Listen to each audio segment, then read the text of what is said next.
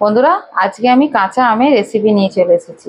তা আমি এখানে দেখুন কাঁচা আম 500 কাঁচা আম নিয়েছি। 500 গ্রাম কাঁচা আমটাকে আমি ভালো করে মুখটা বাদ দিয়ে ভালো করে ধুয়ে নিয়ে আর জলে 1 ঘন্টা মতন জলে ভিজিয়ে রেখে আর খুব সুন্দরভাবে ছোট ছোট পিস করে কেটে নিয়েছি। কেটে নেওয়ার পরে জল ঝরিয়ে একটু রোদে দিয়ে নিয়েছি। রোদে দেওয়ার পরে কি হচ্ছে, এই যে আমের গায়ে একটুও কিন্তু জল নেই। তো এইভাবে আমের আচারটা করলে 1 বছর এই আমের আচারটা। বন্ধুরা দেখতে থাকুন আমি কিভাবে বানাই। আমের আচারটা বানানোর জন্য যে যে উপকরণ লাগবে সেগুলো আপনাদেরকে আমি দেখাচ্ছি। তো বন্ধুরা, প্রথমেই লাগবে সর্ষের তেল, বেশ খানিকটা সর্ষের তেল। আমি এখানে 500 গ্রাম সর্ষের তেল নিয়েছি। যেহেতু এটা 1 বছর থাকবে, এর থেকে বেশি দিতে পারলে আরোই ভালো। আর বন্ধুরা, এখানে লাগছে শুকনো লঙ্কা, কিছুটা শুকনো লঙ্কা নিয়েছি, এটাকেও আমি রোদে দিয়ে রেখেছিলাম। তারপরে আছে এখানে 5 ফোড়ন আর একটু সাদা সর্ষে আছে। তো এই সাদা সর্ষে আর 5 ফোড়ন এই দুটোকেও একটু 1 ঘন্টা মতো রোদে দিয়ে রেখে। নুন বন্ধুরা, নুন আর হলুদ, এই যে হলুদ। তো এই সামান্য উপকরণ দিয়ে আজকে আমি কাঁচা আমের আচারটা বানাবো। বন্ধুরা, কাঁচা আমের আচারটা বানানোর জন্য আমি এখানে শুকনো লঙ্কা আমি নেবো মিক্সি করে, আর কিছুটা শুকনো লঙ্কা দেবো গোটা। তো এখানে এই যে শুকনো লঙ্কাটা নিয়েছি এটা মিক্সি করব, আর একটু 5 ফোড়ন নেবো, আর একটু এই সর্ষেটা পুরোটাই নেবো, মিক্সি করে নেবো।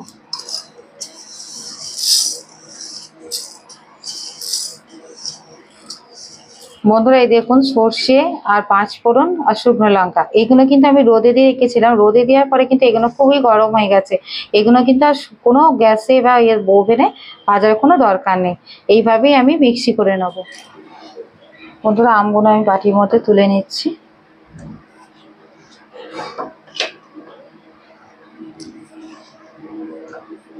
আমগুলো কিন্তু এই যে বাঁকড়া হয়েছে, এই যে আমে দেখতে পাচ্ছেন এই যে বাঁকড়া, এই বাঁকড়া ধরনের বাঁকড়া হলেই সেই আমটাতে কিন্তু এই আচারটা করলে তবেই 1 বছর থাকবে। এর থেকে কচি আমের আচার করলে কিন্তু থাকে না। তো এই যে বাঁকড়াটা হয়েছে এই আমেরই সব আচার এই বাঁকড়া হলেই আমের আচারটা করতে হয়।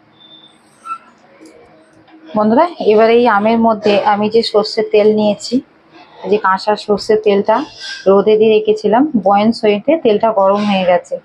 তাই এইভাবে সর্ষের তেলটা 1 থেকে 2 ঘন্টা রোদে দিয়ে রাখলে ভালো হয়।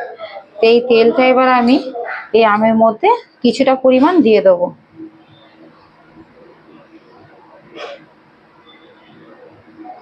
এবার এই আমের মধ্যে যে মশলাটা গুঁড়ো করে নিয়েছি সেই গুঁড়ো মশলাটা আমি এবার দিয়ে দিচ্ছি। এবার এখানে হলুদ নিয়েছি, এখানে আমি 4 চামচ মতন হলুদ নিয়েছি, 4 চামচে 4 চামচ। এই হলুদটা দিয়ে দেবো। হলুদের পরিমাণটা বেশি হলে কোনো ক্ষতি নেই, খুব সুন্দর হয় খেতে, রংটাও খুব সুন্দর আসবে। তো এই যে হলুদটা আমি দিয়ে দিচ্ছি। এখানে লবণও কিছুটা নিয়েছি, লবণটাও দিয়ে দিচ্ছি। ওই 4 চামচ মতনই লবণও আছে। বন্ধুরা, এই যে উপকরণগুলো দিয়েছি এবার এটাকে ভালো করে আমি মিশিয়ে নেব। বন্ধুরা, আমি এখানে গুঁড়ো লঙ্কা কিছু ব্যবহার করলাম না। আমি এখানে জন্য গোটা লঙ্কা রোদে দিয়ে গুঁড়িয়ে নিয়েছি। হ্যাঁ, গুঁড়ো লঙ্কাটা কালার হিসাবে দিলে খুবই ভালো লাগে। তো আমরা কেউ গুঁড়ো লঙ্কাটা খেতে পছন্দ করি না। তো আপনারা যদি চান সেখানে লঙ্কার গুঁড়ো আপনারা ব্যবহার করতেই পারেন। বন্ধুরা, এইভাবে মাখিয়ে নিয়েছি।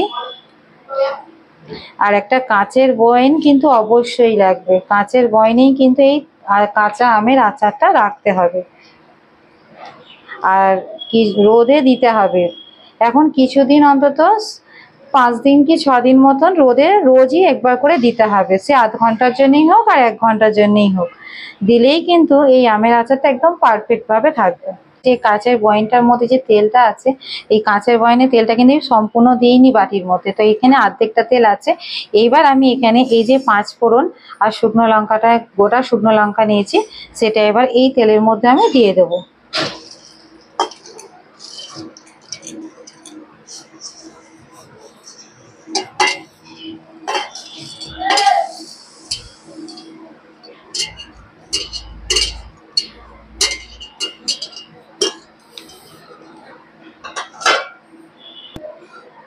এবার শিশির মধ্যে দিয়ে একটু চামচ করে ভালো করে এটাকে নাড়িয়ে দেবো তেলটাকে।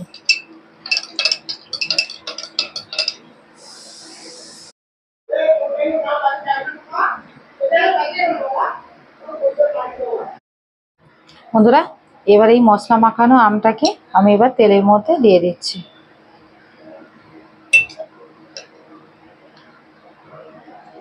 এরকম কাঁচা আমের রেসিপি আমার কাছে অনেকগুলো আছে। যদি আপনারা কমেন্টে জানান আমি তবেই দেখাবো, নাহলে আমি দেখাবো না। বন্ধুরা, আমার কেউ প্রশ্নের উত্তর দেয় না, আমার ভাল লাগে না এখন দেখাতে। কেউ আমাকে কমেন্ট করছে না, কি হয়েছে জানি না, বন্ধুদের কি রাগ হয়েছে নাকি।